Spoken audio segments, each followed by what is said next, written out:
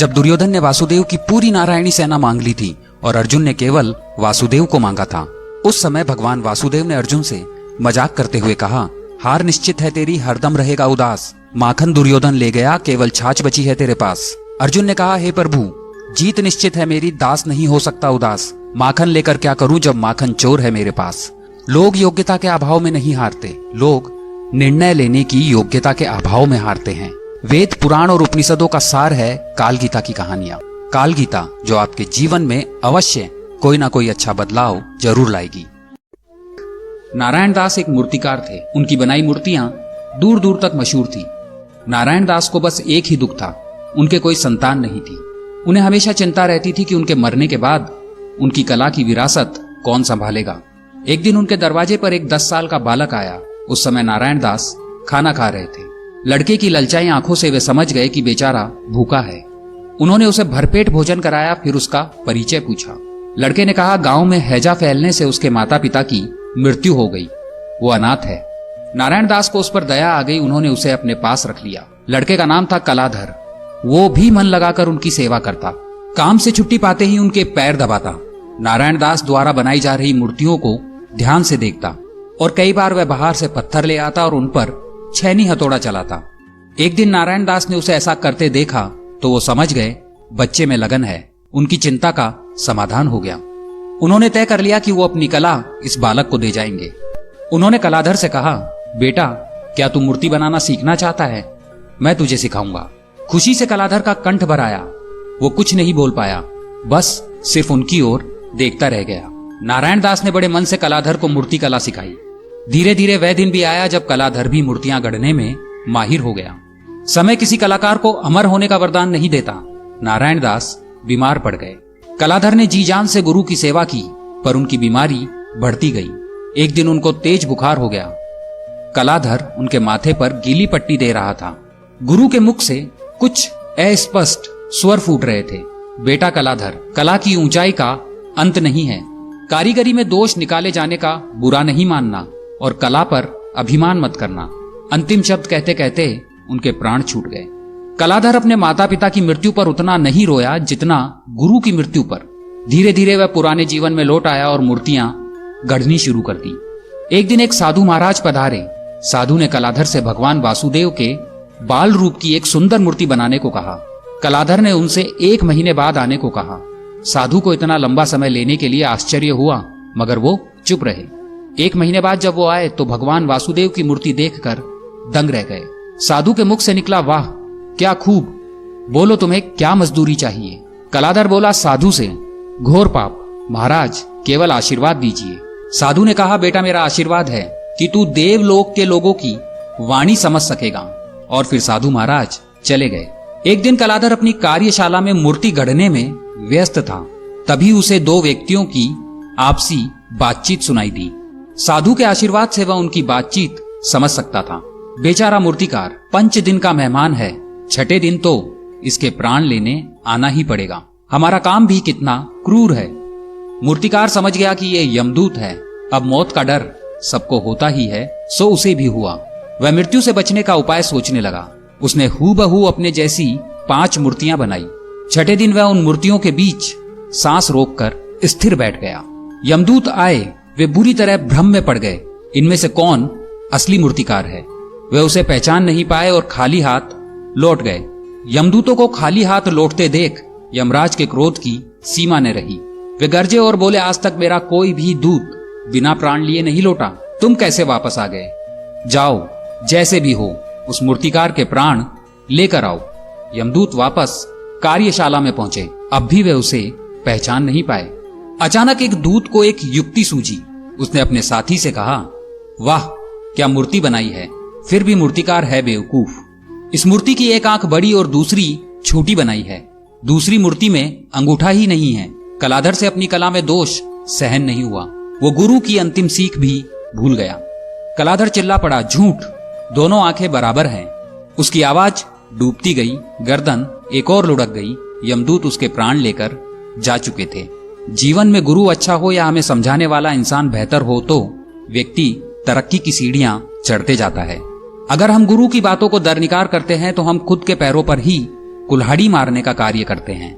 इसलिए जब भी आपको कोई कुछ अच्छा सिखाए, चाहे वह आपका गुरु हो या आपके माता पिता, उनकी कही बातों को ध्यान से सुने और उन्हें अपने जीवन में ईमानदारी से अपनाएं। काल गीता में आप सुन रहे हैं जिते की परछाई। नंदपुरी के राजा को अपनी रानी से बहुत प्रेम था। अपनी शादी की सालगिरह पर राजा ने रानी को एक बहुमूल्य हीरो का हार दिया था। रानी हर वक्त उस हार को अपने से अलग नहीं होने देती थी, परंतु जब वह रात को सोने को जाती थी उस वक्त हार को निकाल कर रख देती। एक दिन संध्या के समय रानी झरोखे में खड़े होकर अपने राज्य को निहारते हुए हीरो का हार उतार रही थी। उसी वक्त एक बाज आया और झपट्टा मारकर हार ले उड़ा। चमकते हीरे को देखकर बाज ने सोचा खाने की कोई वस्तु है।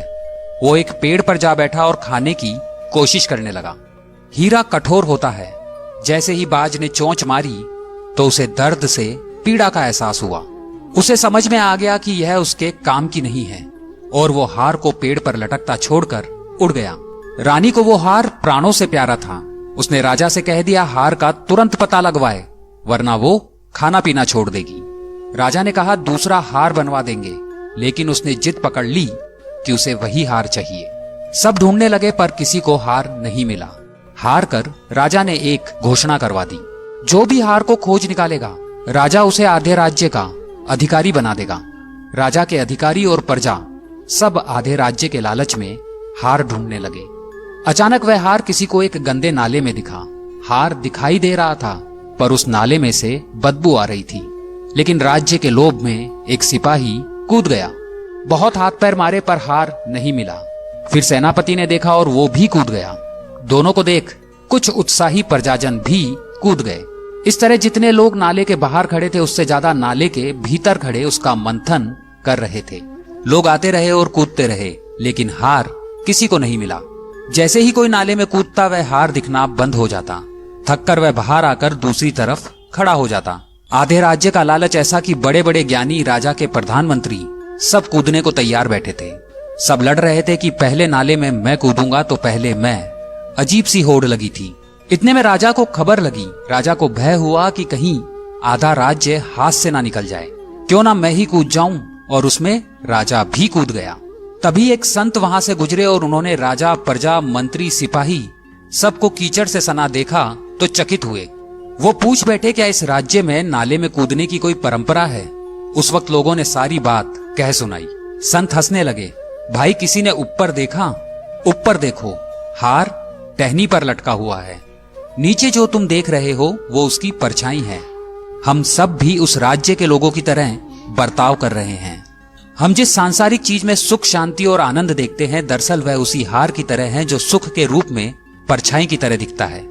हम भ्रम में रहते हैं कि यदि अमुक चीज मिल जाए तो जीवन बदल जाए, सब अच्छा हो जाए, लेकिन यह सिलसिला अंतहीन है। सांसारिक चीजें संपूर्ण सुख नहीं दे सकती। सुख, शांति परम संतोष का नाम है, लालच का नहीं। सुख परमात्मा में लीन होने से मिलेगा, बाकी तो सब उसकी परछाई है। आप सुन रहे हैं काल गीता की कहानियां। काल गीता में आप सुन रहे हैं उत्तराधिकारी। मनोसर के राजा संग्राम सिंह के कोई संतान नहीं थी। राजा बूढ़ा हो चुका था और उसे मनोसर राज्य के लिए एक योग्य उत्तराधिकारी की चिंता सताने लगी थी। उत्तराधिकारी की खोज के लिए संग्राम सिंह ने पूरे राज्य में ढिंढोरा पिटवाया। रविवार के दिन शाम के समय जो मुझसे मिलने आएगा उसे मैं अपने राज्य का एक हिस्सा दे दूंगा।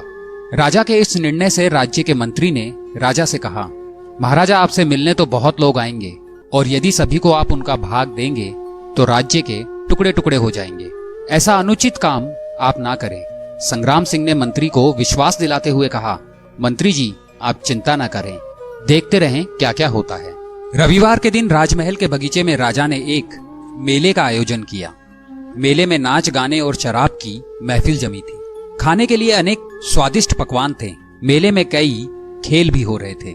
राजा से मिलने आने वाले कितने ही लोग नाच गाने में अटक गए, कितने ही सुरा सुंदरी में, कितने ही आश्चर्यजनक खेलों में डूब गए तथा कितने ही खाने पीने, घूमने फिरने के आनंद में डूब गए। और इस तरह समय बीतने लगा। परंतु इन सभी के बीच एक व्यक्ति ऐसा भी था जिसने किसी भी तरफ नहीं देखा, क्योंकि उसने मन में ठान लिया था कि उसे राजा से ही मिलना है। इसलिए वह बगीचा पार करके राजमहल के दरवाजे पर पहुंचा। वहां पर खुली तलवार लेकर दो चौकीदार खड़े थे। उन्होंने उसे रोका। उनके रोकने को अनदेखा करके और चौकीदार को धक्का मारकर वह दौड़कर राजमहल में चला गया, क्योंकि वह समय पर राजा से मिलना चाहता था। जैसे ही वह अंदर पहुंचा, राजा उसे सामने ही मिल गए और उन्होंने कहा, मेरे राज्य में कोई व्यक्ति तो ऐसा मिला जो किसी प्रलोभन में फंसे बिना अपने ध्येय तक पहुंच सका। मैं तुम्हें अपना आधा नहीं पूरा राजपाट दूंगा। तुम मेरे उत्तराधिकारी बनोगे। सफल वही होता है जो लक्ष्य का निर्धारण करता है, उस पर अडिग रहता है, रास्ते में आने वाली हर कठिनाई का डटकर सामना करता है और छोटी छोटी कठिनाइयों को नजरअंदाज कर देता है। आप सुन रहे हैं काल गीता की कहानियां बंद लिफाफा। हर साल नरेंद्र अपने बेटे निहाल को गर्मियों की छुट्टियों में उसके दादा दादी के पास घर ले जाता। 10-20 दिन वहीं रहते और फिर लौट आते। ऐसा हर साल चलता रहा। निहाल थोड़ा बड़ा हो गया। एक दिन उसने अपने पिताजी से कहा, अब मैं अकेले ही दादी के घर जा सकता हूँ, तो आप मुझे अकेले को दादी के घर जाने दो। नरेंद्र पहले तो राजी नहीं हुआ, परंतु निहाल ने जब जोर दिया तो नरेंद्र ने उसको सारी सावधानी समझाते हुए अनुमति दे दी। जाने का दिन आया। नरेंद्र निहाल को छोड़ने स्टेशन पर गया। ट्रेन में उसको उसकी सीट पर बैठाया, फिर बाहर आकर खिड़की से उससे बातें की, उसको सारी सावधानियां फिर से समझाई। निहाल ने कहा, मुझे सब याद है, आप चिंता मत करो। ट्रेन को सिग्नल मिलता है, सीटी बजती है। तब नरेंद्र ने एक लिफाफा निहाल को दिया और कहा, बेटा अगर रास्ते में तुझे डर लगे तो ये लिफाफा खोलकर इसमें जो लिखा है उसको पढ़ लेना। निहाल ने लिफाफा जेब में रख लिया। माता पिता ने हाथ हिलाकर विदा किया। ट्रेन चलती रही। हर स्टेशन पर लोग आते रहे, पुराने लोग उतरते रहे। सबके साथ कोई ना कोई था। अब निहाल को अकेलापन लगने लगा। ट्रेन के अगले स्टेशन पर एक ऐसा व्यक्ति उस डब्बे में आकर बैठा जिसका चेहरा भयानक था। पहली बार माता पिता के बिना किसी सहयोगी के निहाल यात्रा कर रहा था। उसने अपनी आंखें बंद करके सोने का प्रयास किया, परंतु बार बार वह चेहरा उसकी आंखों के सामने घूमने लगा। निहाल डर गया, रुआसा हो गया। तब उसको पिता की चिट्ठी याद आई। उसने जेब में हाथ डाला, हाथ कपकपा रहा था। लिफाफा खोला, पत्र निकाला और पढ़ा। पिता ने लिखा था, तू डर मत, मैं पास वाले कंपार्टमेंट में इसी गाड़ी में बैठा हूँ। निहाल का चेहरा खिल उठा, सब डर काफुर हो गए। हमारा जीवन भी ऐसा ही है। जब भगवान ने हमको इस दुनिया में भेजा, उस समय उन्होंने हमको एक पत्र दिया जिसमें लिखा है, उदास मत होना, मैं हर पल हर क्षण तुम्हारी जगह तुम्हारे साथ हूँ। पूरी यात्रा तुम्हारे साथ करता हूँ, केवल तुम मुझे याद करो। सच्चे मन से याद रखना, मैं एक पल में आ जाऊंगा। इसलिए चिंता नहीं करना, घबराना नहीं, हताश नहीं होना। चिंता कोपी न कार्य। चिंता करने से मानसिक और शारीरिक दोनों स्वास्थ्य प्रभावित होते हैं। वह हमेशा हमारे साथ है, हमारी पूरी यात्रा के दौरान अंतिम सांस तक। ईश्वर पर आपको हमेशा विश्वास रखना है। आप सुन रहे हैं काल गीता की कहानियां। काल गीता में आप सुन रहे हैं जिते शॉर्टकट लौट कर आएगा। गांव में एक किसान रहता था जो दूध, दही और मक्खन बनाकर बेचने का काम करता था। एक दिन उसने मक्खन को तैयार किया और वो उसे बेचने के लिए अपने गांव से शहर की ओर रवाना हुआ। वो मक्खन गोल गोल पेड़ों की तरह बना हुआ था और हर पेड़े का वजन 1 किलो था। शहर में किसान ने उस मक्खन को हमेशा की तरह एक दुकानदार को बेच दिया और दुकानदार से चाय पत्ती, चीनी, तेल और साबुन वगैरह खरीद कर अपने गांव को रवाना हो गया। किसान के जाने के बाद दुकानदार ने मक्खन को फ्रीजर में रखना शुरू किया। उसे ख्याल आया कि क्यों ना एक पेड़े का वजन किया जाए। वजन करने पर पेड़ा सिर्फ 900 ग्राम का निकला। हैरत और निराशा से उसने सारे पेड़े तोल डाले, मगर किसान के लाए हुए सभी पेड़े 900 ग्राम के ही निकले। अगले हफ्ते फिर किसान हमेशा की तरह मक्खन लेकर जैसे ही दुकानदार की दहलीज पर चढ़ा, दुकानदार ने किसान से चिल्लाते हुए कहा, दफा हो जा, किसी बेईमान और धोखेबाज इंसान से कारोबार करना मुझसे नहीं होगा। 900 ग्राम के मक्खन को पूरा 1 किलो कहकर बेचने वाले इंसान का वो चेहरा भी नहीं देखना चाहता। किसान ने बड़ी विनम्रता से दुकानदार से कहा, मेरे भाई मुझसे नाराज ना हो, हम तो गरीब लोग हैं, हमारे पास माल तोलने के लिए बाट खरीदने की हैसियत ही कहाँ। आपसे जो 1 किलो चीनी लेकर जाता हूँ उसी को तराजू के एक पलड़े में रखकर दूसरे पलड़े में उतने ही वजन का मक्खन तोल कर ले आता हूँ। हम जो दूसरे को देंगे वही लौट कर आएगा, चाहे फिर वो सम्मान हो या फिर धोखा। आप सुन रहे हैं काल गीता की कहानियां जिते विचारों की भावना। विंध्याचल पर्वत के पास गांव में 2 साधु रहते थे। दिन भर गांव और मंदिर में पूजा पाठ करते थे। एक दिन गांव में आंधी आई और बहुत जोर से बारिश होने लगी। दोनों साधु गांव के पास एक झोपड़ी में निवास करते थे। शाम को जब दोनों साधु वापस पहुंचे तो देखा कि आंधी तूफान के कारण उनकी आधी झोपड़ी टूट गई है। यह देखकर पहला साधु क्रोधित हो उठा और बोलने लगा, भगवान तू मेरे साथ हमेशा गलत ही करता है। मैं दिन भर तेरा नाम लेता हूँ, मंदिर में पूजा करता हूँ, फिर भी तूने मेरी झोपड़ी तोड़ दी। गांव में चोर लुटेरे झूठे लोगों के तो मकानों को कुछ भी नहीं हुआ, हम साधुओं की झोपड़ी ही तूने तोड़ दी। ये तेरा ही काम है। हम तेरा नाम जपते हैं पर तू हमसे प्रेम नहीं करता। तभी दूसरा साधु आता है और झोपड़ी को देखकर खुश हो जाता है, नाचने लगता है और कहता है, भगवान आज विश्वास हो गया तू हमसे कितना प्रेम करता है। ये हमारी आधी झोपड़ी तूने ही बचाई होगी, वरना इतनी तेज आंधी तूफान में तो पूरी झोपड़ी उड़ जाती। ये तेरी ही कृपा है। आज भी हमारे पास सर ढकने को जगह है। निश्चित ही ये मेरी पूजा का फल है। कल से मैं तेरी और पूजा करूंगा। मेरा तुझ पर विश्वास अब और भी बढ़ गया है। एक ही घटना को एक जैसे दो लोगों ने कितने अलग अलग ढंग से देखा। हमारी सोच हमारा भविष्य तय करती है। हमारी दुनिया तभी बदलेगी जब हमारी सोच बदलेगी। यदि हमारी सोच पहले वाले साधु की तरह होगी तो हमें हर चीज में कमी नजर आएगी, और अगर दूसरे साधु की तरह होगी तो हमें हर तरफ अच्छाई दिखेगी। हमें दूसरे साधु की तरह विकट से विकट परिस्थिति में भी अपनी सोच सकारात्मक बनाए रखनी चाहिए। आप सुन रहे हैं कालगीता की कहानियां प्रलोभन। एक नगर में रहने वाले एक पंडित जी की प्रतिष्ठा दूर दूर तक थी। पास ही के गांव में स्थित मंदिर के पुजारी का निर्धन हो जाने की वजह से उन्हें वहां का पुजारी नियुक्त किया गया। एक बार वे शहर की ओर जाने के लिए बस में चढ़े। उन्होंने कंडक्टर को किराए के रुपए दिए और सीट पर जाकर बैठ गए। कंडक्टर ने जब किराया काटकर उन्हें रुपए वापस दिए तो पंडित जी ने पाया कि कंडक्टर ने उन्हें 10 रुपए ज्यादा दिए हैं। पंडित जी ने सोचा, थोड़ी देर बाद कंडक्टर को रुपए वापस कर दूंगा। कुछ देर बाद मन में विचार आया कि बेवजह 10 रुपए जैसी मामूली रकम को लेकर परेशान हो रहे हैं। आखिर ये बस कंपनी वाले तो लाखों कमाते हैं।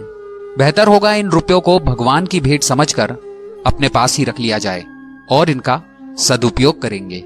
मन में ये विचार चल ही रहे थे कि उसी बीच उनका शहर आ गया। बस से उतरने के लिए उनके कदम अचानक ठिठके। उन्होंने जेब में हाथ डाला और 10 का नोट निकालकर कंडक्टर को देते हुए कहा, भाई तूने मुझे किराया काटने के बाद 10 रुपए ज्यादा दे दिए थे। कंडक्टर मुस्कुराते हुए बोला, क्या आप ही गांव के मंदिर के नए पुजारी हो? पंडित जी के हाँ कहने पर कंडक्टर बोला, मेरे मन में कई दिनों से आपके प्रवचन सुनने की इच्छा थी। आपको बस में देखा तो ख्याल आया कि चलो देखता हूँ, अगर मैं पैसे ज्यादा दूंगा तो आप क्या करते हो। अब मुझे विश्वास हो गया कि आपके प्रवचन जैसा ही आपका आचरण है, जिससे सभी को सीख लेनी चाहिए। ये बात बोलते हुए कंडक्टर ने गाड़ी आगे बढ़ा दी। पंडित जी बस से उतरकर पसीना पसीना थे। उन्होंने हाथ जोड़कर भगवान का आभार व्यक्त किया। हे प्रभु, आपका लाख लाख शुक्र है जो आपने मुझे बचा लिया।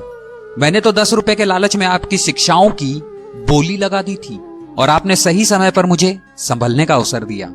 आपको कभी भी तुच्छ से प्रलोभन में आकर अपने जीवन भर की चरित्र पूंजी दांव पर नहीं लगानी चाहिए। आप सुन रहे हैं कालगीता की कहानियां जिते दान की महिमा। एक भिखारी हर रोज की तरह सुबह सुबह भीख मांगने निकला। चलते समय उसने अपनी झोली में जौ के मुट्ठी भर दाने डाल लिए। इस अंधविश्वास के कारण कि भिक्षाटन के लिए निकलते समय भिखारी अपनी झोली खाली नहीं रखते। थैली देखकर दूसरों को लगता है कि इसे पहले से ही किसी ने कुछ दे रखा है। पूर्णिमा का दिन था। भिखारी ने सोचा कि आज ईश्वर की कृपा होगी तो मेरी झोली शाम से पहले ही भर जाएगी। अचानक सामने से राजपथ पर उसी देश के राजा की सवारी आती हुई दिखाई दी। भिखारी खुश हो गया। उसने सोचा कि राजा के दर्शन और उनके मिलने वाले दान से आज तो उसकी सारी दरिद्रता दूर हो जाएगी और उसका जीवन संवर जाएगा। जैसे जैसे राजा की सवारी निकट आती गई, भिखारी की कल्पना और उत्तेजना भी बढ़ती गई। जैसे ही राजा का रथ भिखारी के निकट आया, राजा ने अपना रथ रुकवाया और उतरकर उसके निकट पहुंचे। भिखारी की तो मानो सांसें ही रुकने लगी, लेकिन राजा ने उसे कुछ देने के बदले उल्टे अपनी बहुमूल्य चादर उसके सामने फैला दी और उससे भीख की याचना करने लगे। भिखारी को समझ में नहीं आ रहा था कि वह क्या करे। वह अभी सोच ही रहा था कि राजा ने पुनः याचना की। भिखारी ने अपनी झोली में हाथ डाला, मगर हमेशा दूसरों से लेने वाला मन देने को राजी नहीं हो रहा था। जैसे तैसे उसने 2 दाने जौ के निकाले और राजा की चादर में डाल दिए। उस दिन हालांकि भिखारी को अधिक भीख मिली, लेकिन अपनी झोली में से 2 दाने जौ के देने का मलाल उसे सारे दिन रहा। शाम को जब उसने अपनी झोली पलटी तो उसके आश्चर्य की सीमा ना रही। जो जौ के दाने वह अपनी झोली में लेकर गया था, उसके 2 दाने सोने के हो गए थे। अब उसके समझ में आया कि दान की महिमा के कारण ही ये सब हुआ है। वो दुखी हुआ। काश उस समय उसने राजा को अधिक जौ दिए होते, लेकिन दे नहीं सका क्योंकि उसकी देने की आदत जो नहीं थी। देने से कभी कोई चीज घटती नहीं है, लेने वाले से देने वाला बड़ा होता है। अंधेरे में छाया, बुढ़ापे में काया और अंत समय में माया किसी का साथ नहीं देती। आप सुन रहे हैं काल गीता की कहानियां जिते अंधा कुआं। एक बार राजा के दरबार में एक सवाल उठा कि ऐसा कौन सा कुआं है जिसमें गिरने के बाद आदमी बाहर नहीं निकल पाता। इस सवाल का उत्तर कोई नहीं दे सका। आखिर में राजा ने राज पंडित से कहा, इस सवाल का उत्तर 7 दिनों के अंदर लेकर आओ, वरना आपको अभी तक जो इनाम धन आदि दिया गया है वापस ले लिया जाएगा तथा इस नगरी को छोड़कर दूसरी जगह जाना होगा। 6 दिन बीत चुके थे। राजा के पंडित को कोई जवाब नहीं मिला। निराश होकर वह जंगल की तरफ गया। वहां उसकी भेंट एक गडरिये से हुई। गडरिये ने पूछा, आप तो राज पंडित हैं, राजा के दुलारे हैं, फिर चेहरे पर इतनी उदासी क्यों? यह गडरिया मेरा क्या मार्गदर्शन करेगा? सोचकर पंडित जी ने कुछ नहीं कहा। इस पर गडरिये ने पुनः उदासी का कारण पूछते हुए कहा, पंडित जी, हम सत्संगी हैं, हो सकता है आपके सवाल का जवाब मेरे पास हो, अतः निसंकोच कहिए। राज पंडित ने सवाल बता दिया और कहा कि अगर कल तक सवाल का जवाब नहीं मिला तो राजा नगर से निकाल देंगे। गडरिया बोला, मेरे पास पारस है, उससे खूब सोना बनाओ। एक राजा तो क्या, लाखों राजा तेरे पीछे घूमेंगे। बस पारस देने से पहले मेरी एक शर्त माननी होगी, आपको मेरा चेला बनना पड़ेगा। राज पंडित के अंदर पहले तो अहंकार जागा कि 2 कोड़ी के गडरिये का चेला बनूं, लेकिन स्वार्थ पूर्ति हेतु चेला बनने को तैयार हो गए। गडरिया बोला, पहले भेड़ का दूध पियो, फिर चेला बनो। राज पंडित ने कहा, यदि मैं भेड़ का दूध पीऊंगा तो मेरी बुद्धि मारी जाएगी, मैं दूध नहीं पीऊंगा। गडरिये ने जवाब दिया, मैं पारस नहीं दूंगा।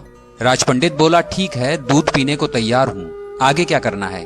गडरिया बोला, अब तो पहले मैं दूध को झूठा करूंगा, फिर तुम्हें पीना होगा। राज पंडित ने कहा, तू हद करता है, ब्राह्मण को झूठा पिलाएगा? गडरिये ने जवाब दिया कि आप जा सकते हैं यदि चाहें तो। राज पंडित बोला, मैं तैयार हूं झूठा दूध पीने को। गडरिया बोला, वह बात तो अब आई गई हो गई, अब तो मेरे सामने जो इंसान की खोपड़ी का कंकाल पड़ा है उसमें मैं दूध दोहूंगा, उसको झूठा करूंगा, फिर तुम्हें पिलाऊंगा, तब मिलेगा पारस, नहीं तो आप अपना रास्ता नाप लीजिए।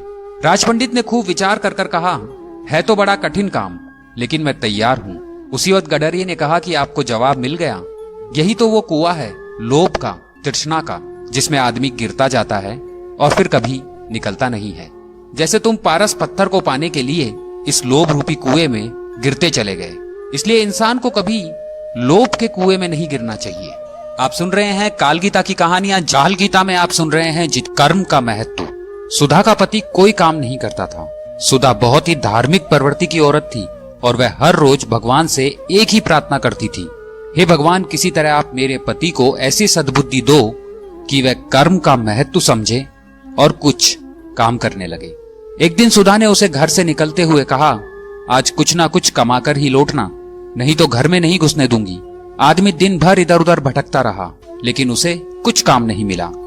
निराश मन से वह जा रहा था कि उसकी नजर एक मरे हुए सर्प पर पड़ी। उसने लाठी पर सर्प को लटकाया और घर की ओर जाते हुए सोचने लगा, इसे देखकर सुधा डर जाएगी और आगे से काम पर जाने के लिए भी नहीं कहेगी। घर जाकर उसने सर्प को सुधा को दिखाते हुए कहा, ये कमा कर लाया हूं। सुधा ने लाठी को पकड़ा और सर्प को घर की छत पर फेंक दिया।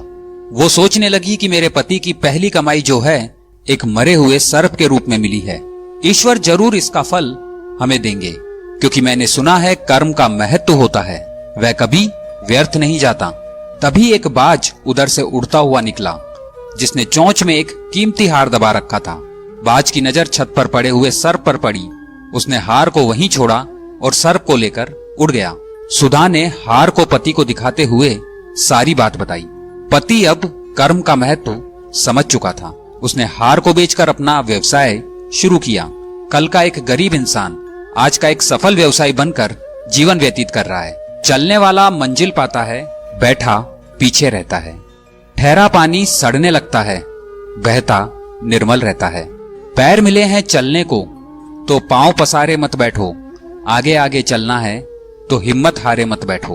आप सुन रहे हैं काल गीता की कहानियां कुक्कू साथ। काल गीता में आप सुन रहे हैं जिते क्रोध पर नियंत्रण। ये कहानी है विदु की, जिसे बहुत गुस्सा आता था। उसे जब भी गुस्सा आता वह अपने आसपास पड़ी चीजों को तोड़ फोड़ देता या फेंक देता। उसके सामने जो भी होता उसे वह अच्छा बुरा जो मन में आता बोल देता था। उसके माता पिता उसे लेकर बहुत चिंतित रहते थे। विदु किसी की परवाह नहीं करता था सिवाय अपने दादाजी के। वह सिर्फ अपने दादाजी की बात मानता था। एक दिन विदु के पिताजी उसके दादाजी से बात करने गए और उनसे कहा, आप ही इसे समझाइए, विदु किसी की बात नहीं सुनता है। दादाजी ने कहा, ठीक है, मैं कुछ करता हूँ।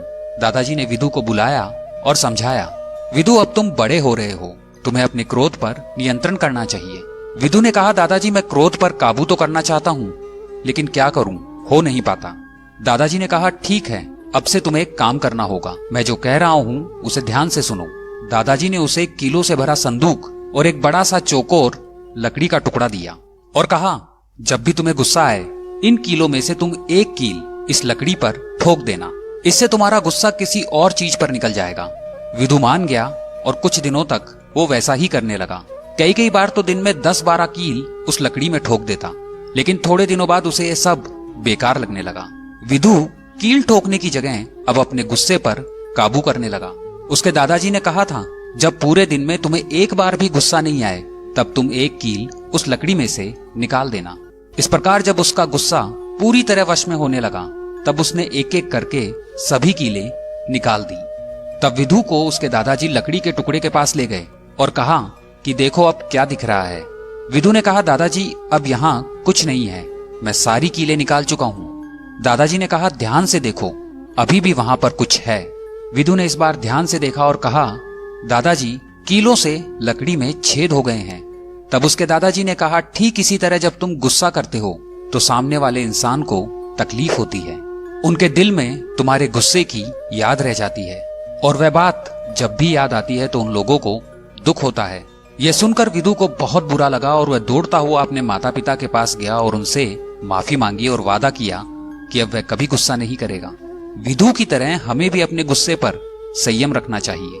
जब हम गुस्से में होते हैं तब हमारी बुद्धि बंद हो जाती है।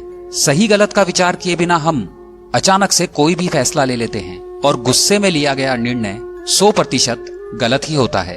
क्रोध के बारे में अपने दोहे में संत कबीरदास जी ने कुछ इस प्रकार कहा है, जहां दया वहां धर्म है, जहां लोभ वहां पाप है, जहां क्रोध वहां काल है, जहां क्षमा वहां आप हैं। कबीरदास जी कहते हैं कि जो मनुष्य किसी दूसरे के दुख को अनुभव कर उसकी मदद करता है, अर्थात उस पर दया करके उसकी सहायता करता है, वही सबसे बड़ा धर्म है। जो मनुष्य अपनी निजी स्वार्थ के लिए दूसरों का उपयोग करता है और दूसरे की संपत्ति को हड़पने की कोशिश में लगा रहता है, वो सबसे बड़ा पाप है। और जो मनुष्य तुरंत क्रोध में आकर कोई भी निर्णय ले लेता है, उसका विनाश होता है। हम किसी को उसकी गलती के लिए अपने भीतर से क्षमा कर देते हैं तो हमारे अंदर भगवान का वास होता है। आप सुन रहे हैं कालगीता की कहानियां कुक्कू आत्मविश्वास। एक दिन एक कुत्ता जंगल में रास्ता खो गया। तभी उसने देखा कि एक शेर उसकी तरफ आ रहा है। कुत्ते की सांसें रुक गई, आज तो मेरा काम तमाम। तभी उसे सामने कुछ सूखी हड्डियां दिखाई दी। वो आते हुए शेर की तरफ पीठ करके बैठ गया और एक सूखी हड्डी को चूसने लगा और जोर जोर से बोलने लगा, वाह, शेर को खाने का मजा ही कुछ और है, एक और मिल जाए तो दावत पूरी हो जाए। और उसने जोर से डकार मारी। इस बार शेर सोच में पड़ गया। उसने सोचा, ये कुत्ता तो शेर का शिकार करता है, जान बचाकर भागने में ही भलाई है। और शेर वहां से जान बचाकर भाग गया। पेड़ पर बैठा एक बंदर यह सब तमाशा देख रहा था। उसने सोचा, ये अच्छा मौका है, शेर को सारी कहानी बता देता हूं, शेर से दोस्ती भी हो जाएगी और उससे जिंदगी भर के लिए जान का खतरा भी दूर हो जाएगा। तो फटाफट बंदर शेर के पीछे भागा। कुत्ते ने बंदर को जाते हुए देख लिया और समझ गया कि कोई ना कोई दुविधा है। उधर बंदर ने शेर को सारी कहानी बताना शुरू कर दी कि कैसे कुत्ते ने उसे बेवकूफ बनाया है। शेर जोर से दहाड़ा, चल मेरे साथ, अभी उसकी लीला खत्म करता हूं। और बंदर को अपनी पीठ पर बिठाकर शेर कुत्ते की तरफ चल दिया। कुत्ते ने शेर को आते देखा तो एक बार फिर उसके आगे जान का संकट आ गया, मगर फिर भी हिम्मत करके कुत्ता उसकी तरफ पीठ करके बैठ गया और जोर जोर से बोलने लगा, इस बंदर को भेजे 1 घंटा हो गया है, एक शेर को फंसाकर नहीं ला सकता है। यह सुनते ही शेर ने बंदर को वहीं पटका और वापस पीछे भाग गया। ये कहानी हमें 2 बात सिखाती है। मुश्किल समय में हमें अपना आत्मविश्वास नहीं खोना चाहिए। दूसरी बात, आपकी ऊर्जा, समय और ध्यान भटकाने वाले कई बंदर आपके आसपास हैं। उन्हें पहचानिए और उनसे सावधान रहिए। आप सुन रहे हैं काल गीता की कहानियां है। काल गीता में आप सुन रहे हैं जिक। एक बार की बात है, एक मशहूर पेंटर ने एक पेंटिंग बनाई। पेंटिंग में एक लड़की घोड़े के साथ खड़ी हुई थी। पेंटर ने पेंटिंग को अपने शहर के एकदम बीचों बीच एक चौराहे के ऊपर सबको दिखाने के लिए लगा दी। ऑयल कलर से बनाई गई पेंटिंग इतनी सुंदर थी कि मानो ऐसा लग रहा था कि वह घोड़ा और लड़की कभी भी पेंटिंग से बाहर आ सकते हैं। परंतु ना जाने क्यों उस पेंटर ने उस पेंटिंग में घोड़े के पैर के पास एक चिड़िया बनाई जिसमें कोई भी आंख नहीं थी। अब जो भी आता पहले उसका ध्यान पेंटिंग की खूबसूरती पर जाता। इतनी बेहतरीन पेंटिंग देखकर सभी आने वाले सम्मोहित हो जाते। सब बड़ी ही बारीकी से उस पेंटिंग को देखते और उसकी प्रशंसा करते। तभी उनकी नजर उस चिड़िया पर जाती और वहीं अटक जाती। उसके बाद वो पेंटिंग की खूबसूरती नहीं देख पाते। लौटने वाले हर व्यक्ति को यही शिकायत रहती कि चिड़िया की आंख नहीं है।